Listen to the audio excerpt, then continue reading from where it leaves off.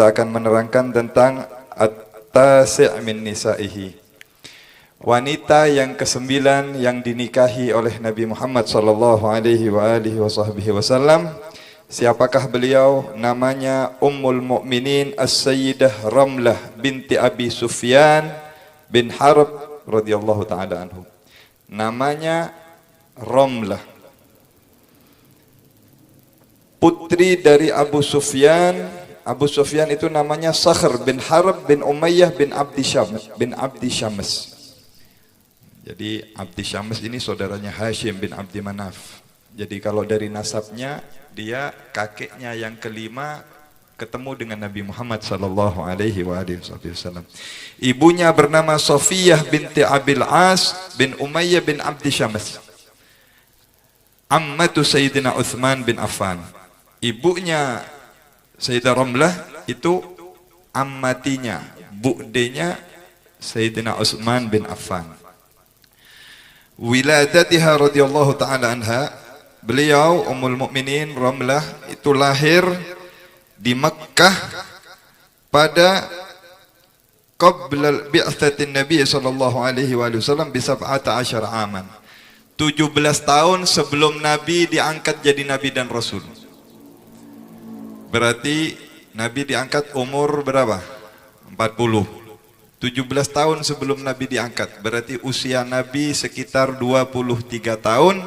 Lahirlah Sayyidah Ramlah. Halaha qabla zuwaj.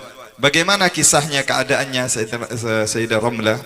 Beliau adalah sebelum menikah dengan Nabi, menikah dengan seorang sahabat bernama Ubaidillah bin Jahash bin Riyab bin Amr. Menikah dengan sahabat bernama Ubaidillah bin Jahash. Kemudian hajar biha musliman ila ardil Habasyah. Ikut hijrah bersama sahabat pergi ke negeri Habasyah. Jadi Ramlah ini, sebelum saya masuk, saya terangkan sedikit. Ayahnya siapa? Abu Sufyan. Siapa Abu Sufyan itu? Terkenal orang yang paling getol memerangi Nabi Muhammad sallallahu alaihi wasallam. Abu Sufyan ini tokohnya kafir Quraisy yang paling banyak mengeluarkan hartanya, paling banyak mengajak suku-suku Arab untuk merangi Nabi Muhammad sallallahu alaihi wasallam. Ini Abu Sufyan, awalnya, asalnya, nanti akhir-akhirnya masuk Islam Abu Sufyan. Tapi musuh yang paling benci kepada Nabi itu Abu Sufyan. Di tengah-tengah Abu Sufyan memprovokasi orang, ngajak suku-suku, mengeluarkan hartanya yang sangat banyak untuk orang memerangi Nabi Muhammad. Di tengah-tengah seperti itu, putrinya masuk Islam. Putrinya Ramlah ini ikut Nabi Muhammad sallallahu alaihi wasallam. Kita bisa bayangkan bagaimana ini dahsyatnya ya. Saya kasih gambaran gini. Ramlah ini orangnya, Sayyidah Ramlah ini cerdas, pinter, berani. Ya. Tidak banyak, laki-laki nggak banyak yang punya keberanian, kecerdasan seperti Sayyidah Ramlah. Semua keluarga besarnya, ini keluarganya Abu Sufyan kalau di Mekah terkenal keluarga, kalau di sini keluarga ningrat, keluarga terhormat. Abu Sufyan orang tokoh yang paling dihormati. Bayangkan anak perempuannya masuk Islam. Ini kalau saya kasih gambaran gini, saya kasih gambaran walaupun ini tidak sama tapi sedikit pendekatan.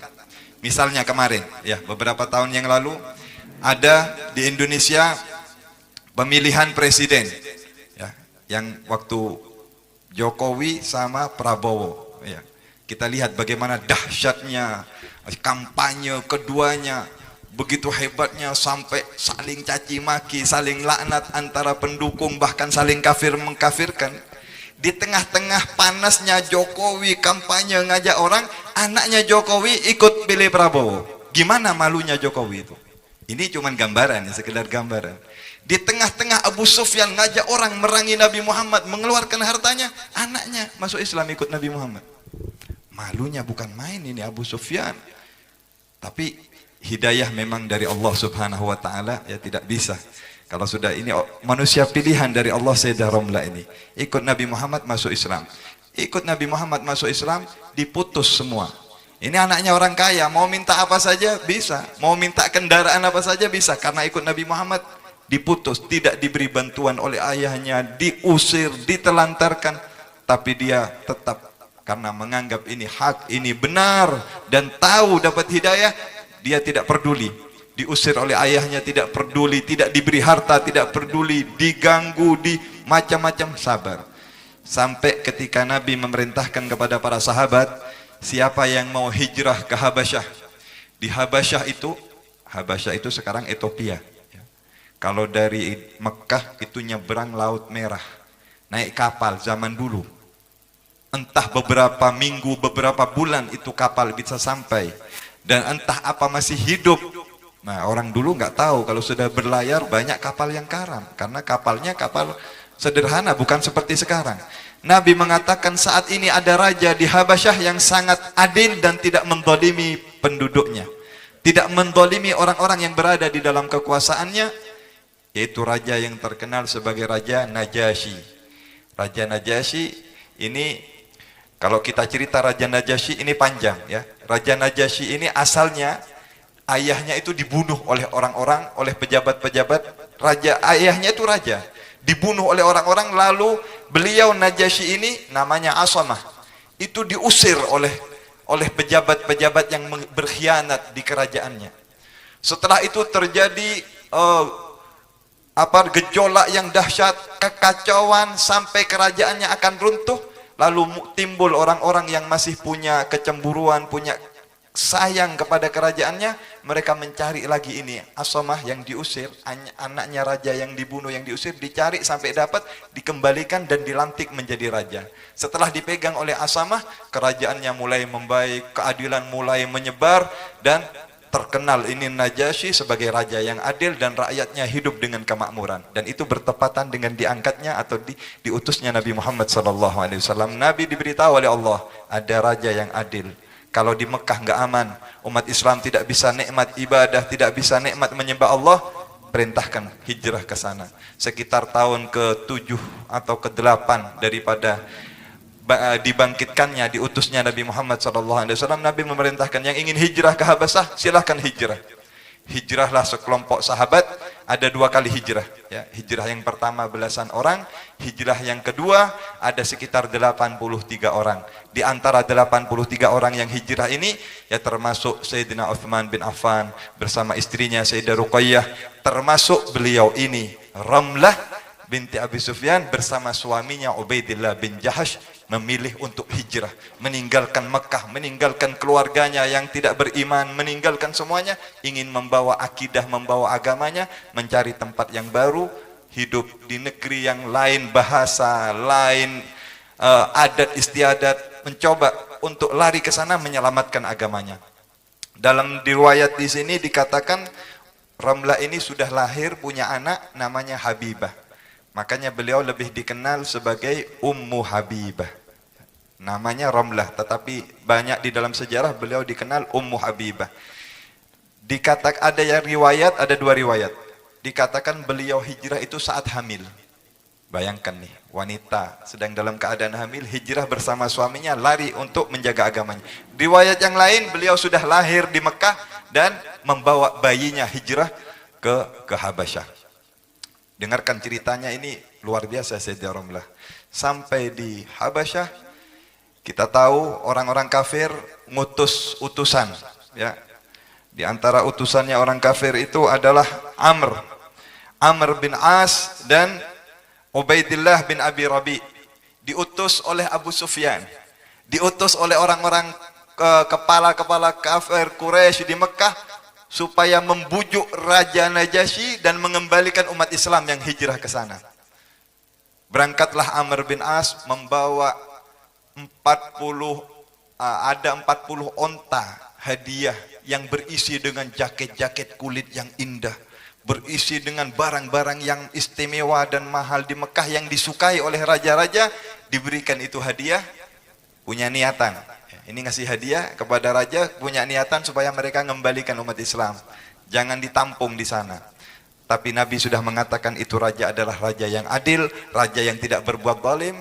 Ketika datang ini utusan ini Amr bin As untuk minta umat Islam supaya dikembalikan, kenapa harus saya kembalikan? Kenapa kalau mereka memilih di sini? Kata Amr bin As, mereka ini adalah orang-orang yang jahat, orang-orang yang tidak baik, nanti mereka dibuat provokasi. Kata rajanya, saya harus lihat dulu, panggil mereka. Dipanggil lah. Di antaranya yang dipanggil umat Islam dan pemimpinnya Sayyidina Ja'far bin Abi Thalib. Ditanya bagaimana agama kalian, ceritanya panjang lebar. Istilah pada akhirnya sama raja tidak diberikan umat Islam ini kepada orang kafir, ya. Saya singkat. Karena apa? Raja ini sudah punya pengalaman. Raja Najasyi dia sendiri pernah diusir dari kampungnya. Ayahnya pernah dibunuh. Dia sudah pernah hidup pahit. Orang kalau sudah ngalamin hidup pahit, lalu dapat kabar, dia nggak terburu percaya dengan kabar-kabar apa yang ada. Karena dia sendiri sudah mengalami. Ketika ditanya umat Islam, agamanya baik. Ditanya agama Islam itu ngajarin sholat, ngajarin zakat, ngajarin silaturahim. Kata raja, ini agamanya baik. Dia membawa baik, saya tidak akan melepaskan mereka. Saya tidak akan mengembalikan mereka kepada kalian. Silahkan yang mau hidup di negeri saya, kata raja. Hiduplah umat Islam di sana. Ketika hidup di sana, kita kembali kepada Sayyidah Ramlah. Dia sudah hidup bersama suaminya, sudah mulai tenang. Suatu saat, Sayyidah Ramlah mimpi. Ya. Mimpi melihat suaminya ini dalam bentuk yang sangat buruk. Bentuk seperti binatang dan menakutkan. Dia melihat suaminya, karena saat itu suaminya ini sudah mulai bergaul dengan orang-orang di Najasyi dan salah bergaul. Ketika mimpi buruk, paginya dia bangun, ketika ingin menyampaikan mimpinya kepada suaminya, ternyata suaminya terlebih dahulu mengatakan, wahai Ramlah, saya saat ini akan memutuskan. Saya sudah mempelajari semua agama, saya sudah melihat semua agama, dan saya sekarang mendapatkan keyakinan yang paling benar. Agama yang paling benar adalah agama Nasrani. Saya sekarang mengumumkan saya murtad, saya masuk Kristen. Bayangkan nih perempuan ini, dia sudah hijrah, lari, bawa agama, tinggal di negeri orang, sekarang suaminya murtad masuk Kristen.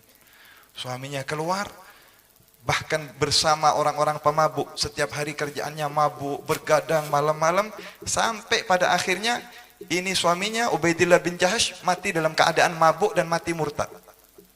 Anda bisa bayangkan bagaimana keadaan Ramlah ini. Ini perempuan, ya. Perempuan biasa hidup di rumah, kalau ditinggal suaminya itu sudah luar biasa. Ini di luar, sudah pergi dari ayahnya, dari keluarganya, pergi dari kampungnya, hanya ingin menyelamatkan. Sekarang suaminya murtad. Kalau orang biasa stres, ya, gila. Ya. Kalau orang-orang perempuan, tapi Sayyidah Ramlah membuktikan dirinya bukan wanita yang cengeng. Dia bukan wanita yang biasa, dia membuktikan dia dirinya wanita yang hebat. Dia sabar. Dia berusaha, diajak untuk ke Nasrani oleh suaminya, dia menolak, bahkan dia yang mengajak suaminya. Tetap pegang kepada agamanya.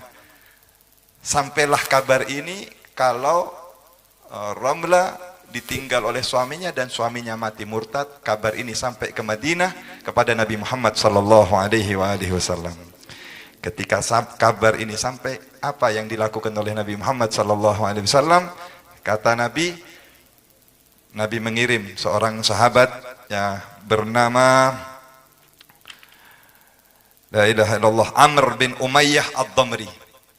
Diutus pergi ke Habasyah. Kalau selesai iddahnya Ramlah, katakan saya lamar dia. Allahumma shalli ala Muhammad. Buah dari kesabaran yang sangat panjang, buah dari pengorbanan sekarang akan mulai kelihatan. Ya. Nabi mengirim sahabat, suruh datang ke Raja Habasyi. Ya, katakan lamar Ramlah untuk dinikahi oleh Nabi Muhammad sallallahu alaihi wasallam. Dan ini juga sebagian, ya, ini taktiknya, strateginya Nabi Muhammad sallallahu alaihi wasallam. Abu Sufyan kepalanya kafir Quraisy, masih kafir. Tokoh yang paling hebat, anaknya mau dinikahi oleh Nabi. Bagaimana ini? Malunya bagaimana? Dia masuk Islam sudah malu, sekarang mau dinikahi oleh Nabi. Double lagi malunya Abu Sufyan. Akhirnya datang utusan Nabi ini, Amr bin Umayyah ad-Damri, melamar, diperintahkan kepada Raja Habasyah, katakan kepada Ramlah, dia dilamar oleh Nabi Muhammad sallallahu alaihi wasallam. Maka Raja Habasyah itu sendiri yang kemudian mengutus, ya, kisahnya di sini Najasyi, maaf ya, Raja Najasyi mengutus salah satu daripada budak perempuannya yang bernama Abraha. Raja Najasyi punya budak perempuan, punya budak spesial dia. Katakan, pergilah engkau kepada Ramlah, katakan saya disuruh oleh Nabi Muhammad untuk melamar dia untuk dipernikahkan dengan Nabi Muhammad sallallahu alaihi wasallam. Maka ketika sampai ini Abraha, ya, budaknya Raja Najasyi, ketika sampai di rumahnya Ramlah yang sudah mulai banyak tinggal di rumah, banyak menyendiri, suaminya sudah wafat, ya. Dia hidup terasing di negeri orang sambil menunggu takdir dari Allah, sambil bersabar. Ketika datang ini Abraha, utusannya raja, membawa kabar kalau dia dilamar oleh Nabi Muhammad sallallahu alaihi wasallam. Masya Allah, datang kabar gembira, tentu senang, bahagia Sayyidah Ramlah. Nah, dia hidup sama anaknya perempuan, Habibah, hidup di negeri orang. Akhirnya ketika mendengar dilamar oleh Nabi, dia buka, dia punya gelang, ya, ada gelang dari perak, dia punya cincin, dibuka, diberikan itu kepada budak yang bawa kabar gembira itu kalau dia dilamar oleh Nabi Muhammad sallallahu alaihi wasallam. Dalam riwayat yang lain di kitab ini juga disebutkan, satu hari sebelum ini orang datang yang membawa kabar bahwa dia dilamar oleh Nabi Muhammad, Sayyidah Ramlah mimpi. Malam itu dia mimpi, tertidur, di dalam mimpinya ada suara yang memanggil, "Ya Ummul Mukminin, wahai Ummul Mukminin." Lalu terbangun dari tidurnya, kaget. Kenapa kok saya ini ada yang manggil Ummul Mukminin? Siapa ini saya?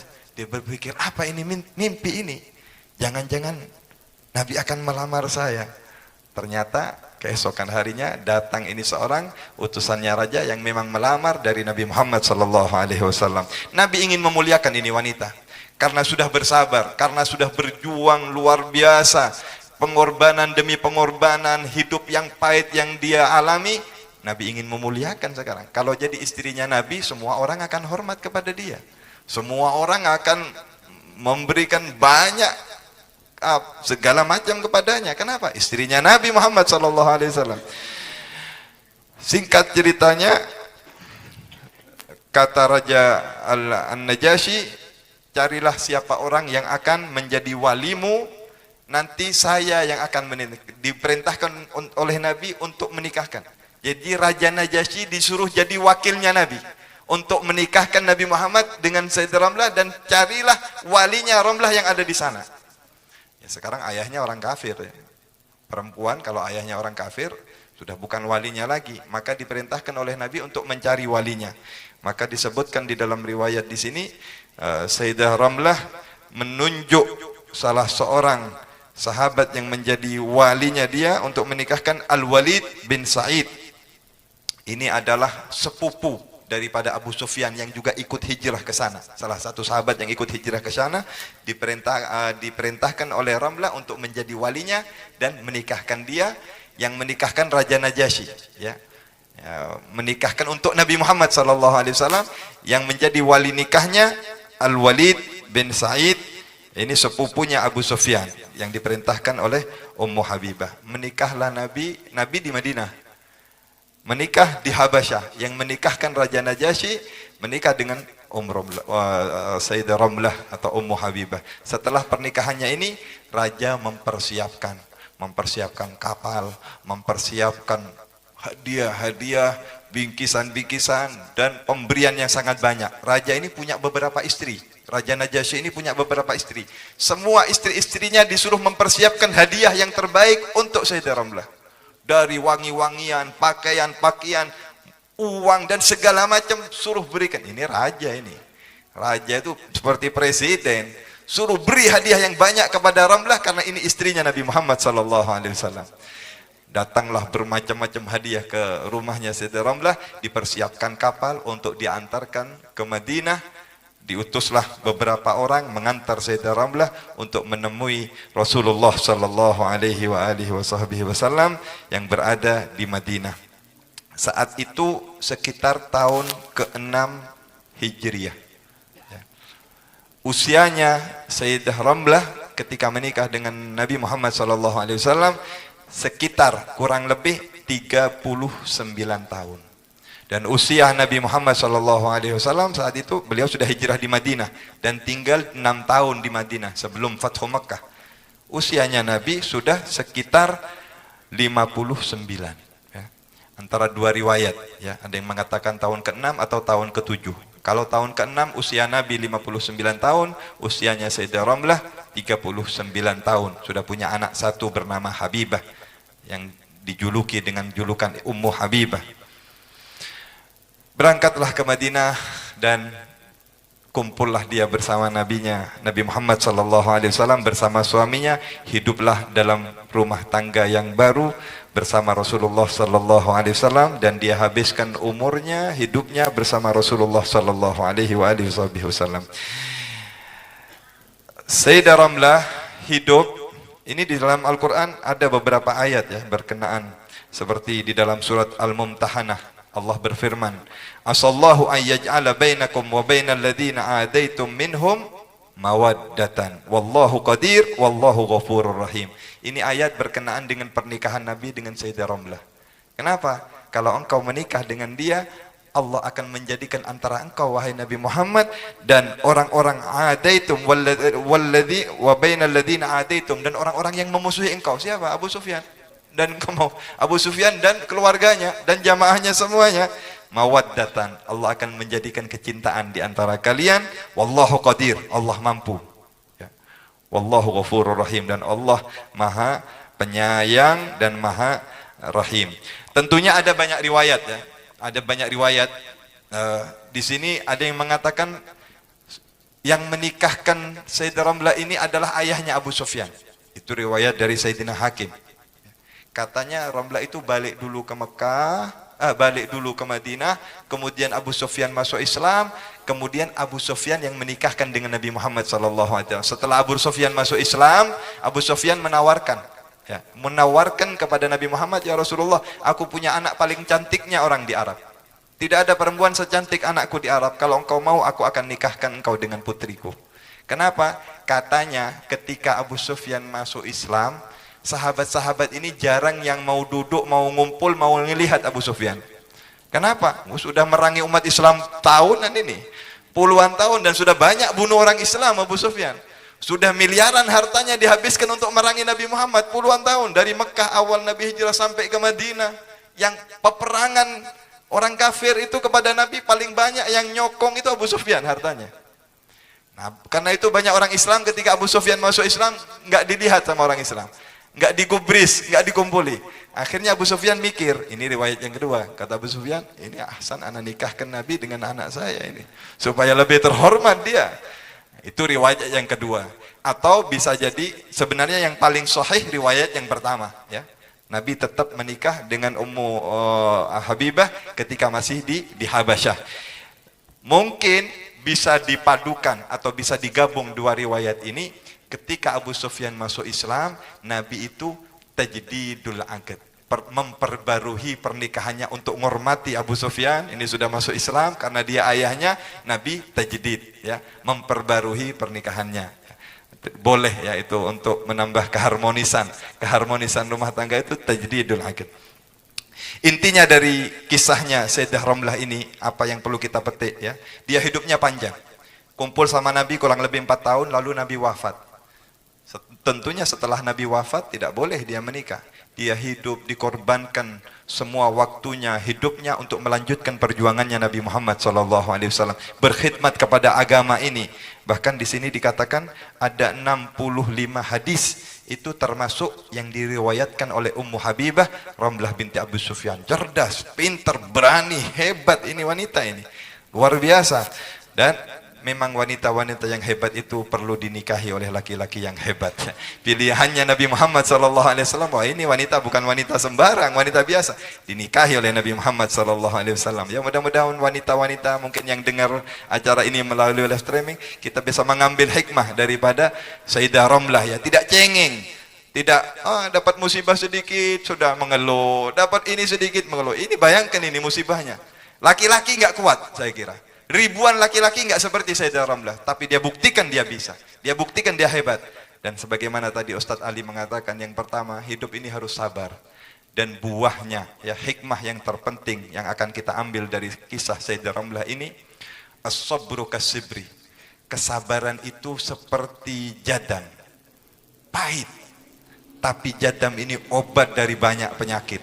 Kalau orang sabar, kita hidup di dunia memang perlu sabar, ya. Sabar dari orang dalam, sabar dari orang luar, sabar di fitnah orang, macam-macam kesabaran itu memang sudah fitnahnya hidup. Kalau kita ingin hidup nggak ada ujian, ingin hidup tenang, ya di kuburan itu tempatnya. Kalau sudah di kuburan nggak ada orang ganggu. Tapi kalau namanya masih hidup di dunia, kita harus siap menerima mungkin ada omongan nggak enak itu. Inti kuncinya semuanya Sayyidah Ramlah dalam sejarahnya mengajarkan kepada kita untuk bersabar, dan buah dari kesabaran itu pasti manis, pasti indah, pasti akhirnya endingnya akan membuahkan kesenangan, kebahagiaan bagi kita. Dia hidup sampai 44 tahun setelah hijrahnya Nabi. Berarti ya Nabi hijrah sekitar tadi dikatakan oleh Ustaz Madkur sekitar kurang lebih 10 tahun atau kurang. Dia hidup 4 tahun bersama Nabi, setelah itu dia hidupnya sampai umurnya 72 tahun. Dia hidup kurang lebih 34 tahun setelah Nabi Muhammad SAW dan dikuburkan di Baqi bersama istri-istrinya Nabi Muhammad SAW yang lain. Radhiyallahu taala anha wa ardhaha. Semoga kita mendapatkan keberkahannya, mendapatkan keberkahan keluarga Rasulullah SAW, istri-istrinya Rasulullah SAW. Siapakah wanita yang ke-10 yang dinikahi oleh Nabi Muhammad SAW? Siapa namanya? Bagaimana kisahnya? Apa hikmah-hikmahnya? Jangan lewatkan di majlis yang akan datang insyaallah taala biiznillah.